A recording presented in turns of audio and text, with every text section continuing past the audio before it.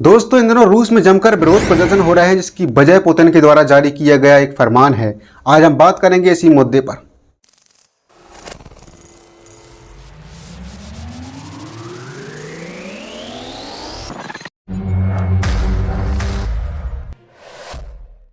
नमस्कार, मैं नूम उस्मरिया। आप देख रहे हैं हमारा खास शो विदेश, जिसमें हम आपको रूबरू कराते हैं दुनिया भर की तमाम खबरों से। आज की वीडियो में हम बात करेंगे रूस में हो रहे विरोध प्रदर्शनों के बारे में।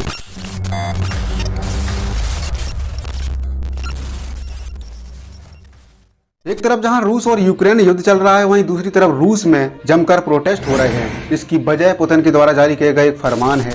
खबर यह भी है कि रूस के बहुत से नागरिक इस सिचुएशन को देखते हुए रूस छोड़ रहे हैं। रूस में हो रहे इन विरोध प्रदर्शनों में कई जगह पर हिंसा देखने को मिली है। वहीं रूस की सरकार इस आंदोलन को, इस प्रोटेस्ट को दबाना चाहती है।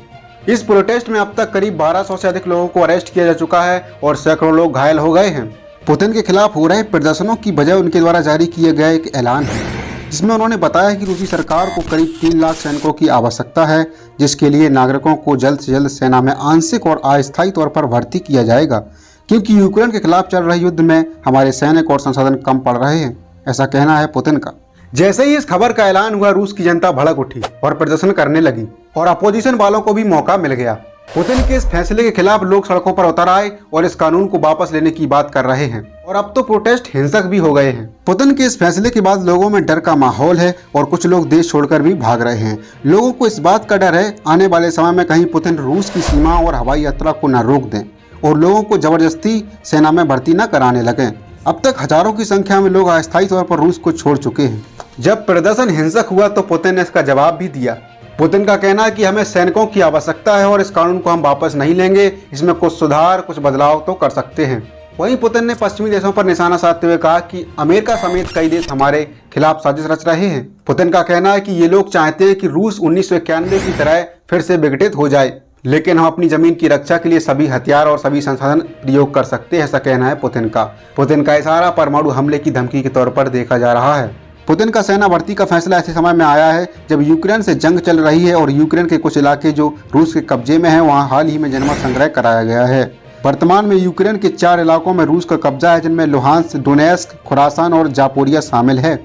इन सभी क्षेत्रों पर रूस का कब्जा है और पुतिन का कहना है कि इस इलाके में जो लोग रहते हैं वह रूस के समर्थक हैं और रूस में मिलना चाहते हैं। इसीलिए यहाँ पर जनमत संग्रह कराया गया। जनमत संग्रह का मतलब ऐसे चुनाव से है जहाँ पर लोग वोट डाल के बताएं कि हम यूक्रेन के साथ रहना चाहते हैं या फिर रसिया के साथ रहना पसंद कर रहे हैं। वोटिंग के आधार पर तय होगा कि कौन किसके साथ रहना चाहता है। वोटिंग के आधार पर यह भी तय होगा कि कौन सा क्षेत्र रसिया को मिलेगा या फिर नहीं मिलेगा। जनमत संग्रह के लिए 23 सितंबर से लेकर 27 सितंबर तक वोटिंग हो चुकी है। इसके परिणाम बाद में आएंगे। इस जनमत संग्रह को लेकर यूक्रेन समर्थक और पुतिन विरोधी कह रहे हैं कि जनमत संग्रह तो एक दिखावा है, असल में पुतिन इन इलाकों को ताकत के दम पर छीन लेंगे। इन लोगों का मानना है कि इस जनमत संग्रह को रूस की सेना ने संपन्न कराया है। ऐसे में कैसे कहा जा सकता है कि ये पूरी तरीके से निष्पक्ष था।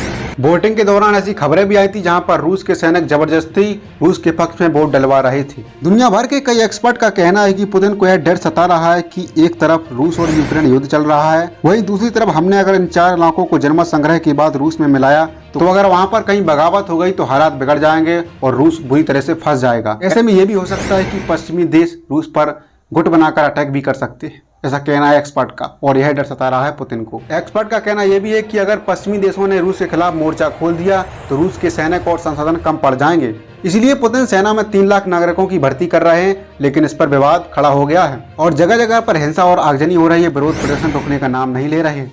तो ये थी पूरी खबर। फिलहाल तो रूस में प्रदर्शन हो रहे हैं और पुतिन उनको सैनिकों के दम पर दबाना चाहते हैं। प्रदर्शन करने वाले लोगों की मांग यही है कि इस कानून को वापस लिया जाए और रूस और यूक्रेन में जो युद्ध चल रहा है उसको समाप्त किया जाए। इस वीडियो में इतना ही। अगली बार फिर मुलाकात होगी एक नई खबर के साथ। आप देख रहे थे विदेश।